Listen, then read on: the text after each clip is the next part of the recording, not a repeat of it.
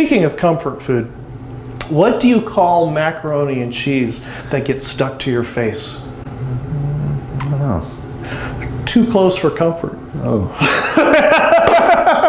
Welcome to Small Business Celebration. We're continuing our series on small business owners who are rising from recession. And our guest this week, part of his financial kingdom, includes the 420. This is Small Business Celebration. Join us as we learn from successful business owners and successful business leaders about who they are, from where their business has grown, what they have learned, and where their successful business is going. I'm your host, Michael I. Roberts, and we're going to learn something that you can use today to grow a strong and profitable business.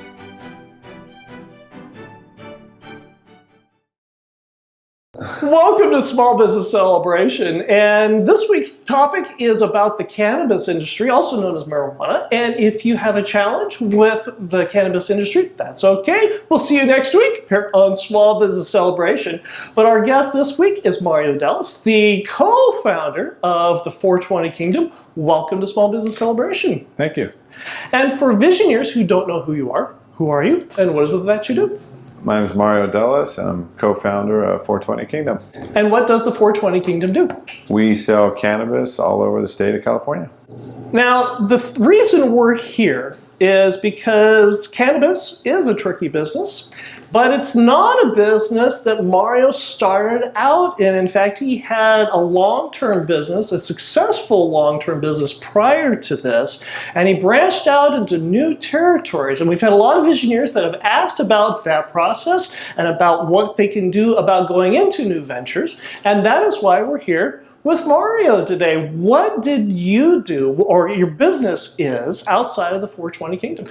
I'm a farm labor contractor. Why did you get into the farm contracting business? I was working for my family farm out in Arvin about 21 years ago, and I was seeing the amount of volume that these FLCs were doing, and it was big. It was just really big numbers, and labor is huge in any business. Right. So I thought that I could find a little profit margin in there, and also have more control over the people, and have more power in terms of getting crews when you need them.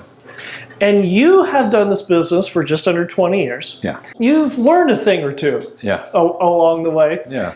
Why did you choose to branch out after 20 years into the cannabis business? I saw how much growth that it had been doing over the past, 10 years or so, and it just continually was going up and up and up. And I just saw a lot of options to make it work. So you saw the opportunity out there, Yeah. And it was a relatively new industry in California because it had become legalized. And what kinds of research or investigation did you do into the business? Because it's one thing to say, oh, this would be kind of fun to do. It's something else to actually make a business out of it. What was the thought process? Because you've had business experience before. Just a little bit of research online and looking at the numbers and how much it was increasing. It was becoming the fastest growing industry in the country. And I thought that, you know what? Why not? There's so much opportunity here. Why not find a piece of property it's in the right zoning, right licensing, and get some investors and see what happens? And so we gave it a try 7 years ago in Adelanto, and the rest is history.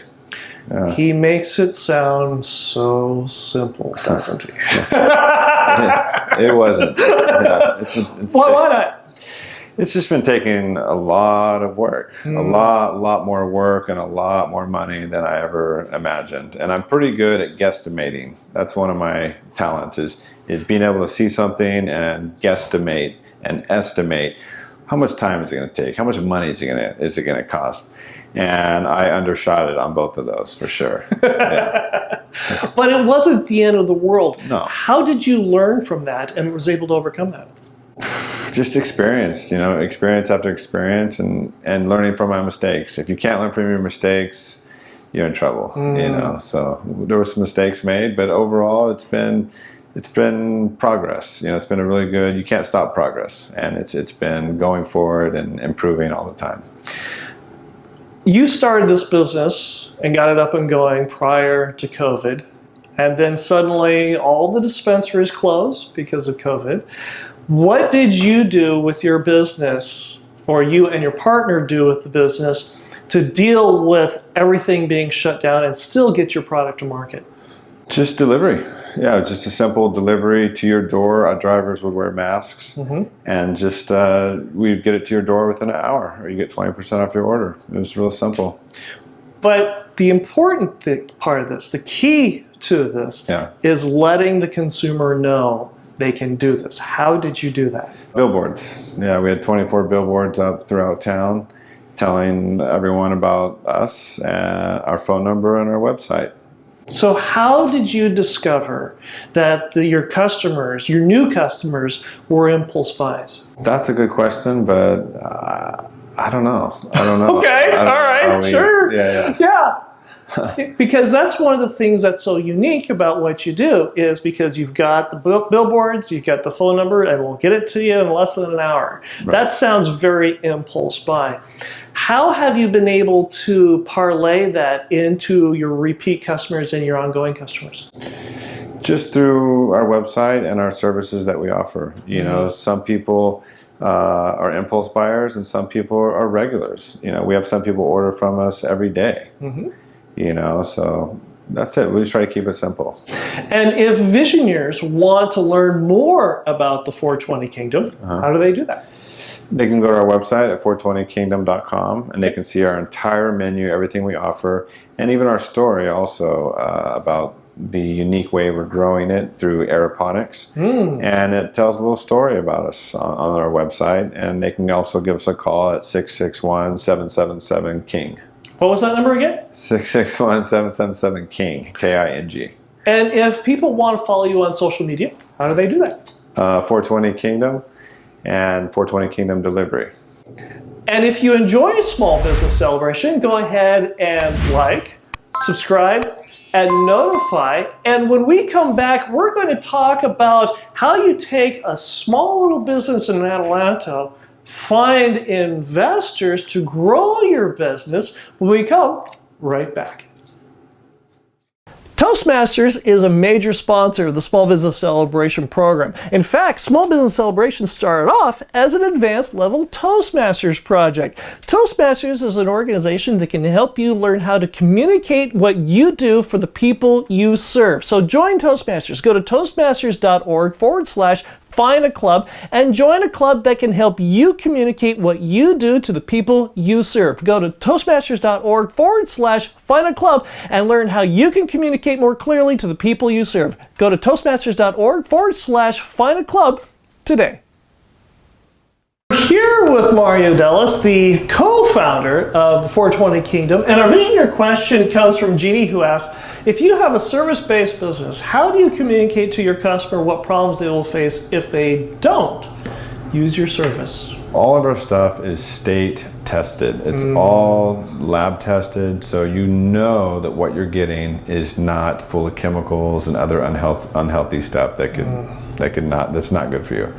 One of the things about your business is you started this up in Atlanta, and then you wanted to grow and expand, and that's the dream of a lot of business owners, is to grow and expand, but sometimes that requires partner or investors. Yes.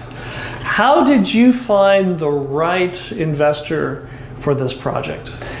We finally found someone that said yes. Okay, and who was that person? Jeff Thorne. Jeff Thorne. Yeah. And was he the first one that you asked and he said yes and it was all, wine and roses?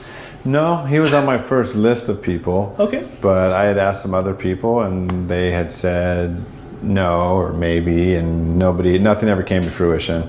And Jeff was really quick and confident about it, and saw the potential in the fastest growing industry in the country, and went with it. How long did it take you to go through all those no's till you got somebody that said yes? It was a few months of time, I'd say. Couple of months. So, and this is the thing that's remarkable that you have to understand is, we just did this in a couple months. And I don't know how many business owners are like myself where we've gone much longer than just a few months. But that's because you had made the contacts with your first business, correct? I think so, yeah. What did finding the right partner do for your business? It helped to get it off the ground and get going. Yeah. Yeah. Chuck Shakta and myself had locked up this property back in November of 2018. And Jeff came in April and we purchased the property. Why was the purchase of the property such a big deal?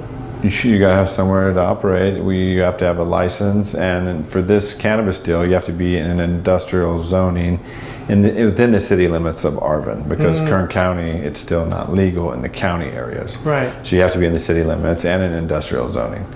And you have to have a property to get all the licensing, which took about a year to get. That comes from thoughtful planning. But these aren't the only two businesses you have. You have another business as well. What is that? I'm the owner of the World Series of Gin Rummy. The owner of the World Series of Gin Rummy. Yes. How did you get involved in professional cards? When I was a young kid, my dad and his friends would play poker every few months, and it was just so interesting. I'd just be sitting there mesmerized, as a young little 8-year-old or 10-year-old or whatever, watching these guys laugh and smoke cigars and drink and the amount of money that was won and lost in a friendly game. Right, sure. And the bluffing and all the stuff that went with it, it just fascinated me. And so I studied some books on body language, which is huge in poker, and just started going from there and was really good at it and did it for a few years and made some money and got out. And then I discovered Gin Rummy after that and found out that I think it's the best game there is, the best card game in the world. Why is that? It's you get over 1 billion different starting hands when you play. So you can't say that about any other game in the world. Over 1 billion different starting hands. I mean, that's and just I love how it benefits aggressive players. I have a very hyper aggressive style in Gin Rummy, and it just really suits me, and I'm really good at it, and I enjoy it. I'm actually the current doubles World Series of Gin Rummy champion of the world right now. Is it any coincidence you also own the tournament? No. No. I've been playing in it for almost 8 years, and I've never won it until this last year. So it had nothing to do with We're not going to let the boss win because it would make him feel good. Yeah, no. There's no throwing games. Everybody's trying their best to beat you. Especially if you're the owner, they really come after you. Oh, for sure. Yeah, and there's side money on every game too within the tournament itself. When we come back, we're going to get into carbon fiber, lasers, into artificial intelligence, and debate whether or not these technologies can be adequately used to obliterate an entire biological species. You lost me there, sorry. Or we can answer another Visioneer question when we come right back. Okay. All right. The reason we're here with Mario is because of a Visioneer question that came from a Visioneer just like you. They reached out to us on LinkedIn, Facebook, and Instagram and wanted to find out about how do I take my business to the next level? What should I look for? And that is why we are here. We learned about finding a partner, finding the right partner. And that's because of the Visioneer question that came from a Visioneer just like you. They reached out to us on LinkedIn, Facebook, and Instagram. So if you've got a question, you've got something that you want to learn here on Small Business Celebration, reach out to us on LinkedIn, Facebook, and Instagram today. Toastmasters is a major sponsor of the Small Business Celebration program. In fact, Small Business Celebration started off as an advanced level Toastmasters project. Toastmasters is an organization that can help you learn how to communicate what you do for the people you serve. So join Toastmasters. Go to toastmasters.org/ find a club and join a club that can help you communicate what you do to the people you serve. Go to Toastmasters.org/find a club and learn how you can communicate more clearly to the people you serve. Go to Toastmasters.org/find a club today. We're here with Mario Delis, the co-founder of the 420 Kingdom, and our visionary question comes from Roger, who asks, if you're releasing a new product, how do you market your product so that it generates enough curiosity to have the customers come back and check your website? And you, in fact, are doing just that. You're releasing a new product. Yeah, we are. It's actually right here next to me. This golden jar. It's called the King's Arrow, and it's our new aeroponically grown cannabis that it's going to be on our website and our menu, and people can purchase it through there. And what is so unique about this new product? Well, there's no one else doing it in the whole state of California. No one grows aeroponically, and what that is think of like NASA and roots hanging in the air. The roots float in the air the entire time that they're growing. They're never submerged in water or soil or rock wool or any of that stuff. And so you get higher terpene levels through this method. And we use 90% less water than any other indoor grow. Yeah. So there's a few things in there that are really cool. And is the reason you went in this direction because of the water savings? It's one of the list of reasons. Yeah. It's a high risk, harder way to grow though. How so? Because if you lose power for an hour, you could potentially lose over $1 million in product because the roots are hanging in the air, so they're very sensitive. We have misters shooting up water on them every so often, and if you lose power, those roots are going to dry up and $1 million worth of product loss could be gone. Yeah, in one room.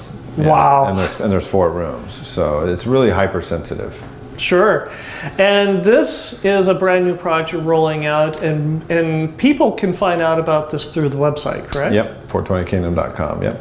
So why did you choose black for your Tesla? I love the color black on a car. Okay. I think I like to drive fast too, which is probably not the safest habits, but I'm kind of an adrenaline junkie on certain things.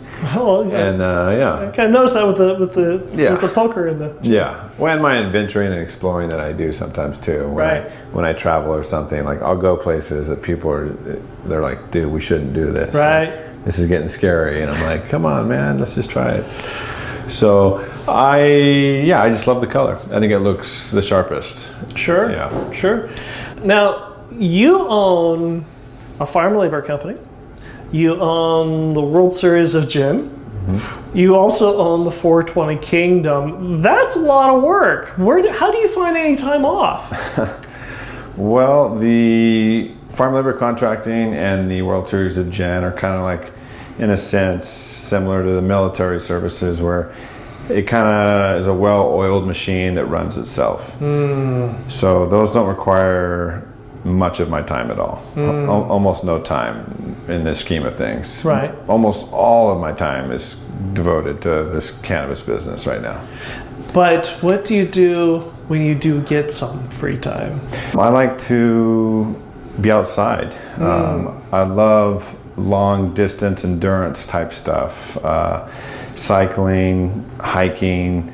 When it's really, really hot outside, I like to go on long swims. Sure. I'm a user of cannabis also. I think it's helped my life tremendously in terms of just relaxation and things I've discovered with Mother Earth and life in general. I mean, it's great to just unwind with a little joint and a bottle of water and go for a walk, and it's a different experience doing it with a little medication versus just being sober. And obviously there's a balance. I'm not a wake and bake person that's just high all the time. Right. I think everything in life requires balance. And so I just like the different effects that it has and the relaxation levels and euphoria and just discovering things, new experiences with it. It's an awesome, fun thing that I love. But you also like to take it to the edge every now and then. I've noticed that because poker and gin, and living on the edge on a business like this. What is in your DNA that makes you want to go ahead and sometimes just walk right along that razor's edge? I think the occasional adrenaline of certain things. I'm not an adrenaline junkie, but I like to push the envelope. I like to maybe question authority sometimes, and why not? Why not, go and do something and just go with it and explore and adventure. I'm a big adventurer. I love new adventuring type of stuff. I love it. Is this something that you've seen in a lot of other small business owners? This type of behavior? The need for adrenaline or the want to take a risk? With some people, yes, and some, no. It just depends on the person, I think. But I think a lot of people that are business owners are risk takers in themselves. They're not just sitting back getting a check from someone else. And they're risk takers in their own right, for sure, just by doing that. What makes you get up every morning and open your businesses? Besides my alarm on my iPhone? Sure. Just knowing that there's hundreds of people out there from my local city that I've been born and raised that are going to be making orders and getting something that's state tested, healthy, and just that we can get those people what they need, their medicine that makes their lives better. That right there, that thought, it just almost gives me goosebumps. And to know that it's not black market, it's the right thing, and that we can get it to them quickly. I just love that. That's one of the biggest things for me.